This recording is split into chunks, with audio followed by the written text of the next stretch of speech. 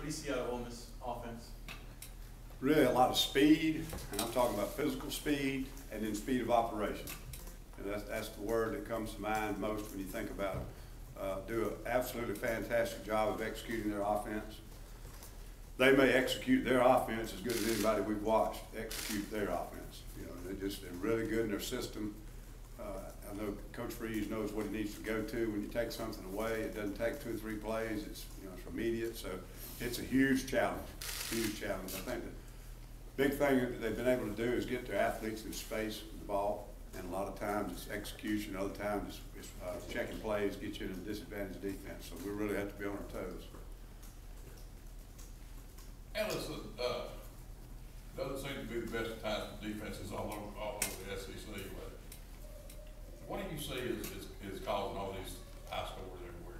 Well, I think first of all you had a lot of experienced quarterbacks coming back. And then I think the other thing, if you go back and look, I'm not going to say I can prove this, but it seemed to me that the larger number of NFL players that were taken out of the conference last year were defensive players.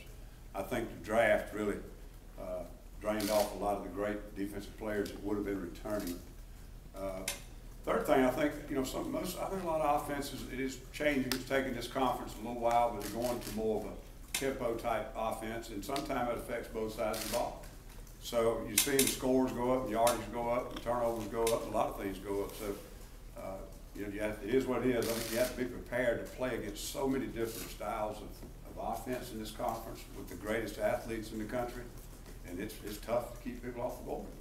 How much have you evolved in dealing with those offenses and where you were a few years ago when they first started? Well, if you want to go back 10 to 12 years ago, tremendous changes. But in the last 4 or 5 years, we haven't changed very much. Every year, though, somebody puts a new wrinkle in those systems.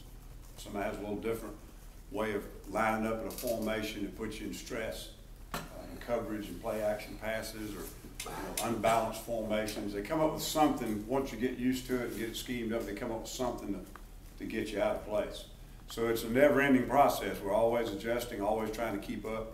And I just think right now the biggest thing that's causing the statistical deal in the SEC as opposed to previous years is the experienced quarterbacks and the talent on that side of the ball.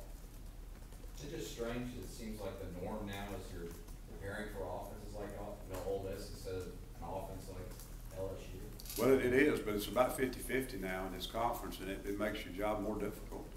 It used to be you saw 1 or 2 of them, but that was hard too because most of the time your own offense didn't have much of it in their offense.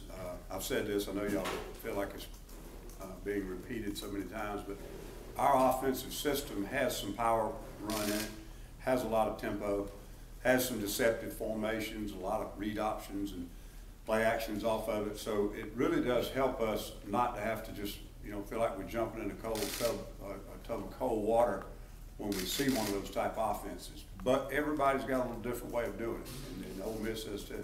You guys face some great receivers at LSU. You got 2 more here at Ole Miss, looks like Treadwell and Moncrief. What do you see from those guys? How do they stack up to other receivers? Really good players. Kind of hard to compare them though because LSU runs more of a power offense and a maximum protection, deep throws, double moves, and those type things. And Ole Miss will have those things, but they come off of an option offense, a spread offense.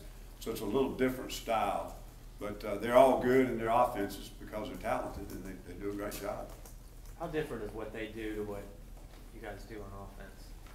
I would say a little bit more forward detached receivers than our offense does, but our offense does quite a bit of that too.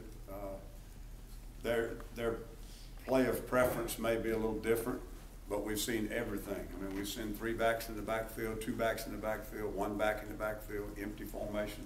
So they've done a little bit of everything. The difficulty is we've seen all of their different formations, but you don't know what they're going to use against you. They're doing these things obviously because they think it puts the other team in a bind and they're attacking their scheme of defense. Well, our defensive system may not be exactly like that team. So although we're taking all those plays and playing and practicing against them on the practice field, we may get something totally different from them. They've got some real flexible athletes that can do so much variety. It makes it really difficult. So can you take much from how Alabama defended them last night because they had a lot more success than just about anybody else? Well, Alabama's certainly talented, and I thought they did a good job. They saw them last year, Texas did, you know, so maybe it made a difference. Texas was going through a change that week, made that hard for them. I thought Alabama obviously did a great job. Ole Miss had their chances and just couldn't capitalize, but they were threatening 2 or 3 times. So they moved the ball on Alabama. They just couldn't get the points, and Alabama made the big plays when they had to. You can get a lot of good ideas from other people's defenses, but if it totally gets outside of your scheme of defense, it's just very difficult to tinker with that in 3 days. So we might see a few things we'd like off of it, but some things are just not within our system. Did you see any that you liked, that you can maybe, anything that you can pull from what Alabama did that you can translate? Yeah, I think, you know, you see something, not Vanderbilt. Vanderbilt had some good stuff. Just missed some tackles at critical times and let the running back get loose. But all of them have had some good ideas, some good schemes, some things, but you have to be careful about trying to put in too much against an offense like this. When you go real fast, there's only so much you can get lined up in, and there were a lot of misalignments Saturday. It caused wide open receivers, and you have to be careful about too much. Kids can't handle but so much in a game like this.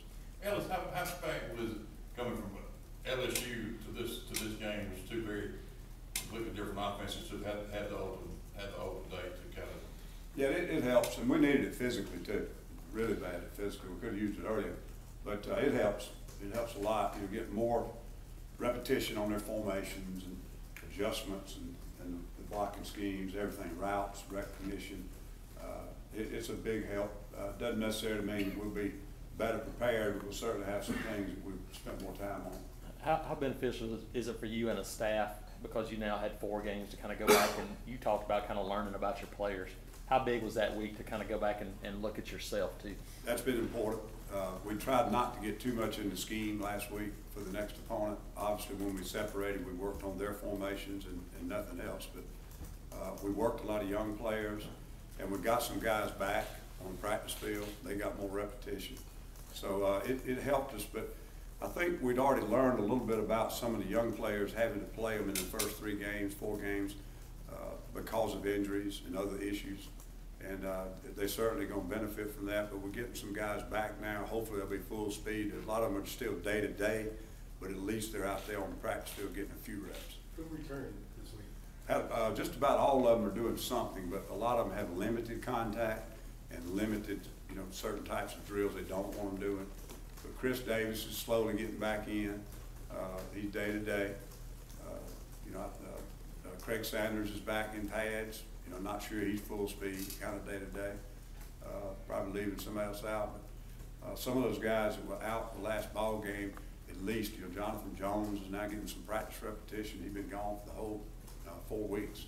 So those are good things as far as good signs, and get some depth back in the perimeter, hopefully, and be able to rotate a little bit back there more. What's Justin Garrett's status? He's day to day. He's doing okay. His foot is bothering him, but they can't find anything that's severe that would be damaging or what have you. So it's just a lot of pain he's having to play through right now. Couple more. Obviously the freshmen's roles have evolved on you guys' defense and become pretty big in some cases. Was that week beneficial to them, that they could slow down and relearn? And it did help, and we tried not to get too much into our game plan, and it helped them, you know, learn some of the things they've been doing incorrectly in base defense, and got them some more repetition.